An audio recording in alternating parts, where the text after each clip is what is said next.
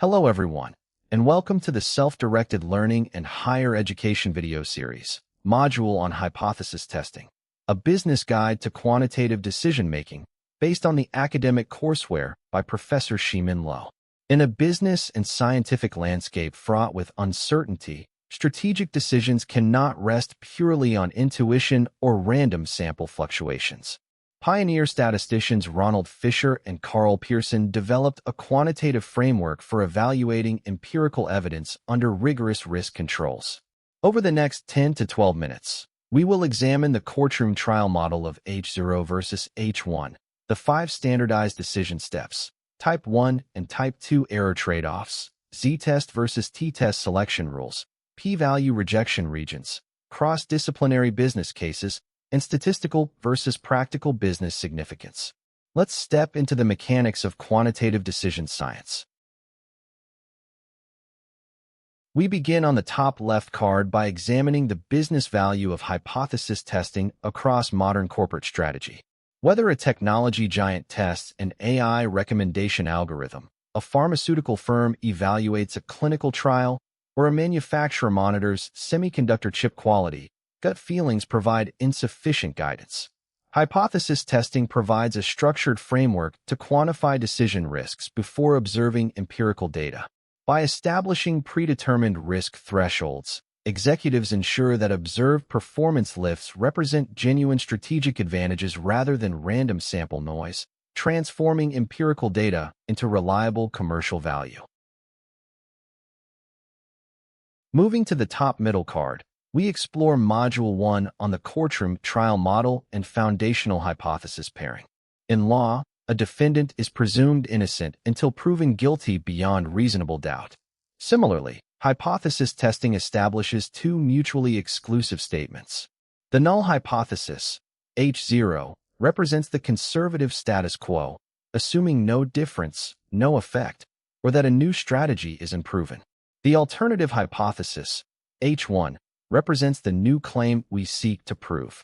We begin analysis assuming H0 is true to construct baseline probability distributions, placing the burden of proof firmly on H1 to provide overwhelming evidence to overturn the status quo. On the top right card, we detail the 5 scientific decision steps designed to eliminate confirmation bias. Step 1 formulates H0 and H1 as one-tailed or two-tailed tests. Step 2 presets the significance level alpha, defining our maximum acceptable risk of false alarms before seeing data, typically set at 5%. Step 3 computes the standardized Z or T-test statistic from sample data. Step 4 calculates the p-value, representing the probability of observing our sample data under H0. Step 5 delivers the final decision. If the p-value is less than alpha, we reject H0 and declare statistical significance. Transitioning to the middle row on the left, we examine Module 3 on decision risk management. Because sampling never guarantees absolute certainty, 2 errors exist. A Type 1 error, alpha, occurs when we falsely reject a true null hypothesis, acting as a false alarm, such as launching an ineffective advertising campaign. A Type 2 error, beta, occurs when we fail to reject a false null hypothesis, acting as a false negative and missing lucrative market opportunities. Statistical power, defined as 1 minus beta, measures our ability to catch true effects. Increasing sample size N is the single most effective way to lower both alpha and beta simultaneously. In the center card of our blueprint, Module 4 addresses statistical tool selection for population means. We deploy a Z-test when population standard deviation sigma is known, or when sample size N is 30 or larger, relying on the central limit theorem. Conversely, we deploy a T-test, developed by William Seeley Gossett at Guinness Brewery, when population sigma is unknown and sample size is small. The T-distribution incorporates degrees of freedom, df equals n-1, possessing fatter tails to account for variance estimation uncertainty. As sample size grows, the T-distribution converges perfectly onto the standard normal Z distribution. On the middle right card, Module 5 visualizes p-values and decision-rejection regions on probability curves. The rejection region is the tail area equal to preset significance level alpha, split into 2.5% tails for two-tailed tests. The p-value represents the exact geometric tail area beyond our observed test statistic, assuming H0 is true. Critical values mark the strict boundary separating acceptance and rejection zones. The universal decision rule remains absolute. Whenever the sample test statistic falls into the red rejection region, meaning p-value is less than alpha, we reject the null hypothesis. Moving to the bottom row on the left, Module 6 demonstrates hypothesis testing across corporate functions. In marketing, A/B testing verifies whether an AI recommendation engine significantly boosts average order value. In quality control, semiconductor manufacturers monitor chip thickness variance.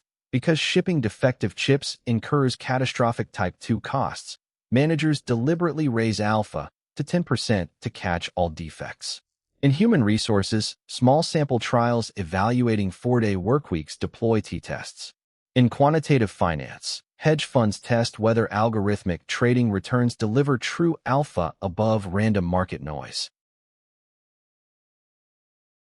On the bottom middle card, we address the golden rule of executive analytics. Statistical significance does not equal practical business significance. A massive sample size might yield a p-value less than 0.001 for a tiny 1-cent revenue lift. However, if implementing the software change costs $1 million, executives must reject deployment based on commercial ROI. Furthermore, corporate governance requires eliminating p-hacking, the practice of selectively reporting only significant trials, ensuring that C-suite presentations combine p-values, confidence intervals, effect sizes, and implementation economics.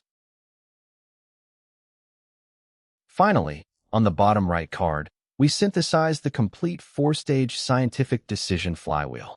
Stage 1 formulates H0 and H1 baseline positions under the Courtroom model. Stage 2 presets alpha risk thresholds prior to inspecting data.